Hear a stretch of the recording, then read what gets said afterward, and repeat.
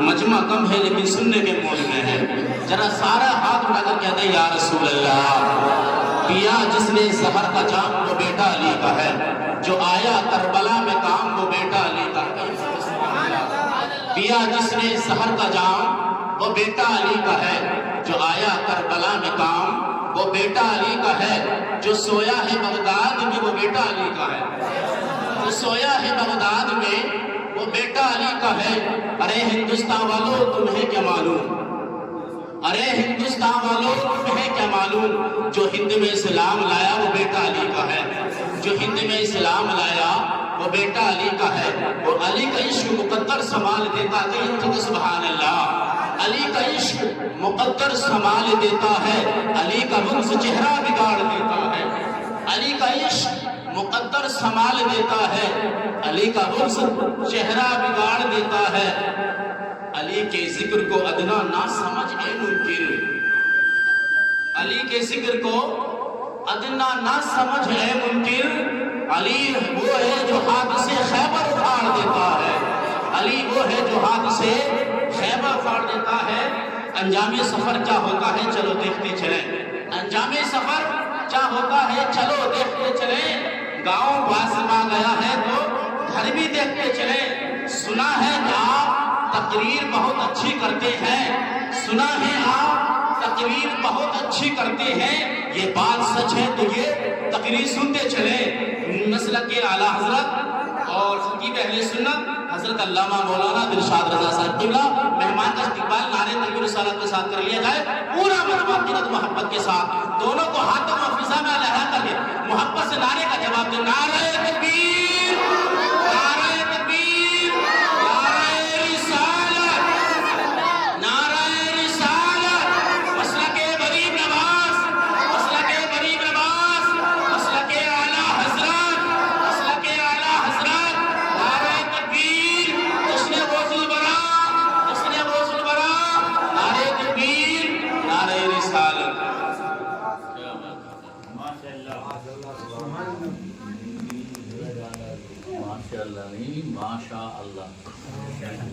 Stage پر رونق افروز علماء کرام، معزز سامعین، السلام علیکم ورحمۃ اللہ تعالی وبرکاتہ.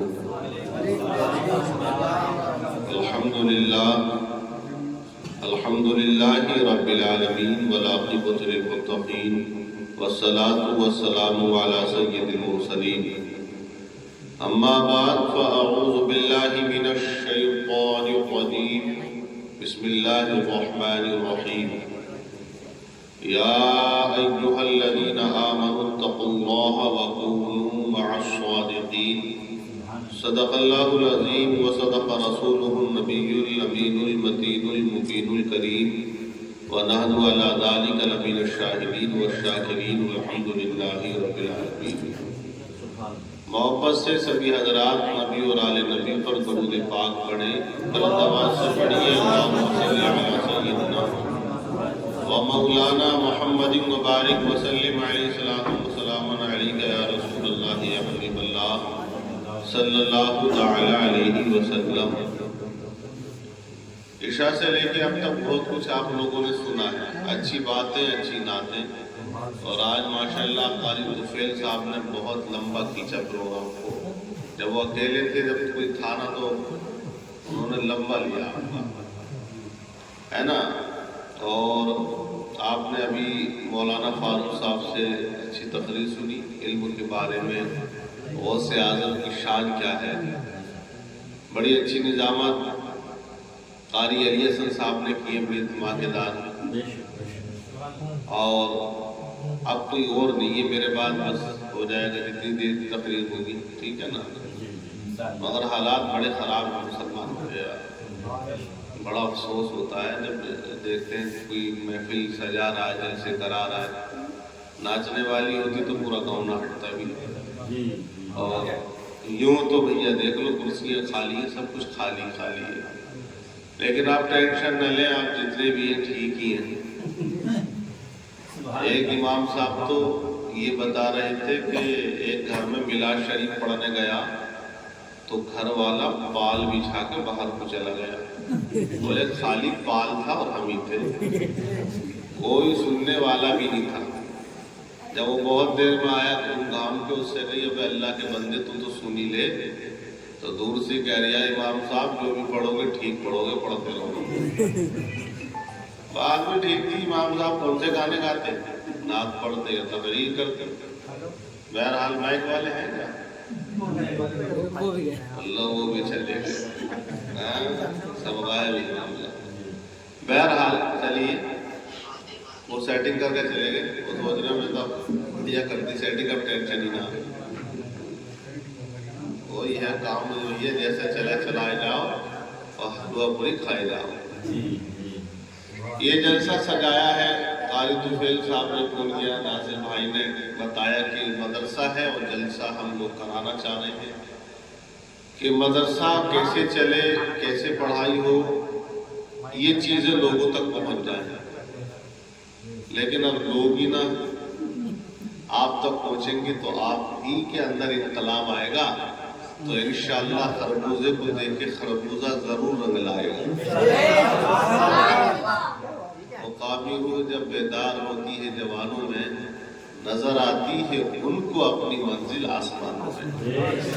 تو اب مایوس ہونے کی ضرورت نہیں ہے. اور یہ مدرسہ ہے, تیرا میں قدا نہیں ساقی, یہاں کی خاک سے انسان بنائے جاتے ہیں.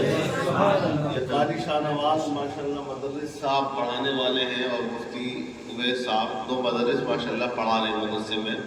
یہ بڑی اچھی بات ہے, آپ لوگ کوشش کر رہے ہیں, محنت سے لگے ہوئے ہیں. اور اتنا بڑا گاؤں ہے, میں تو کہتا ہوں کہ بہت عالیشان مدرسہ ہونا چاہیے. لیکن دنیا ہی دنیا ہے, دنیا ہی دنیا ہے. اور جب مر گئے تو پھر کہتے ہیں یار دین ہی دین ہے. ضرورت تو دین کی ہے نا.